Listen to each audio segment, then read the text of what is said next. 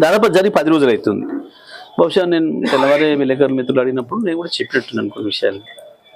కానీ ఇవాళ కాంగ్రెస్ మంత్రుల హడావుడి చూస్తే నాకు ఎందుకు ఆశ్చర్యం ఇస్తుంది. మరి ఇదేదో ప్రత్యేకంగా ఉద్దేశపూర్వకంగా ఏదో ఉద్దేశాన్ని పెట్టుకొని చేస్తున్నట్టుగా ఎందుకు కనబడతా ఉంది. మరి ఇన్ని రోజులు వీళ్ళు వాటర్లో నీళ్ళు కూడా కలుపుకుంటున్నారా? సినిమా ఆటోగ్రఫీ మంత్రి కావచ్చు, ఇంకో మంత్రి, లేదా కమిషన్లు పంచుకునే పనిలో ఉన్నారా? ఒక రాష్ట్రానికి సంబంధించి ఒక అవతల వ్యక్తి వ్యాఖ్యలు చేసి, అవతల బాధ్యుడు వ్యాఖ్యలు చేసి 10 రోజులు అవుతుంటే వాటర్ నీళ్ళు కలుపుకుంటూ ఆయన మత్తులు ఉన్నారా? కమిషన్ల పైసలు లెక్క పెట్టుకోవడానికి సమయం సరిపోలేదా? ఎందుకు 10 రోజుల తర్వాత స్పందించి ఈ రకంగా మాట్లాడుతున్నారు? చాలా ఆశ్చర్యంగానే ఉంది ఇది. లేదా ఇద్దరు అనుకొని మ్యాచ్ ఫిక్సింగ్ చేసుకొని ఏమైనా మాట్లాడుతున్నారా? 10 రోజులు పడుతుందా ఒక విషయం మీద స్పందించడానికి? అంటే వీళ్ళు స్పృహలో లేనట్టే లెక్క కదా. బహుశా ఆ రోజుకో ముందు రోజుకో స్పృహ తప్పి ఉన్నట్టున్నారు వాటర్ నీళ్ళ ప్రభావంతో. బహుశా ఇవాళ మెలకొచ్చినట్టుంది. ఇట్లాంటి వాళ్ళు రాష్ట్రాన్ని నడితే కష్టమవుతుంది. ప్రజలు కూడా గమనించాలి ఎటువంటివి. ఎంత సోయి లేకుంటారు వీళ్ళు.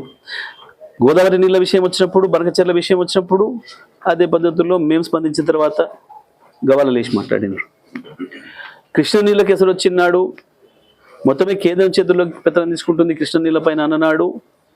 మేము మాట్లాడినప్పుడు బుకాయించారు. చివరికి కేసీఆర్ గారు వచ్చి నల్లగొండలో 1,00,000 మంది రైతులతో మీటింగ్ పెట్టి మీరు చేస్తారా మేము ఉద్యమించాలంటే గవాల తెల్లారి అసెంబ్లీలో పెట్టి మళ్ళీ తీర్మానాలు చేశారు. తెలంగాణ హక్కుల పట్ల, తెలంగాణ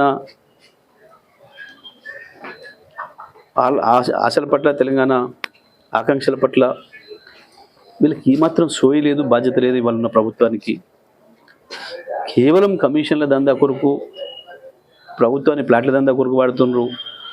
ఉన్న భూముల్ని మందికి అప్పనంగా అప్పచెప్పి వాళ్ళ బొక్కసాలు నింపుకోవడానికి వాడుకుంటున్నారు ప్రధానం తప్ప అసలు ఏమాత్రం సోయి లేదు, జ్ఞానం లేదు. ఇవాళ ఏందో సినిమాలు ఆపుతాం, సినిమాలు నడవు, ఏం నడవు, నీ బొంద సినిమాలు ఆయన విమలు ఆయన కుంటారు. నువ్వు వద్దంటే ఆగరు, చూస్తారు. అది కాదు నువ్వు మాట్లాడాల్సిన మాట. మనం మాట్లాడేది కూడా ప్రజాస్వామికంగానే ఉండాలి. మనం మాట్లాడేది కూడా ప్రజలు నచ్చినట్టు ఉండాలి.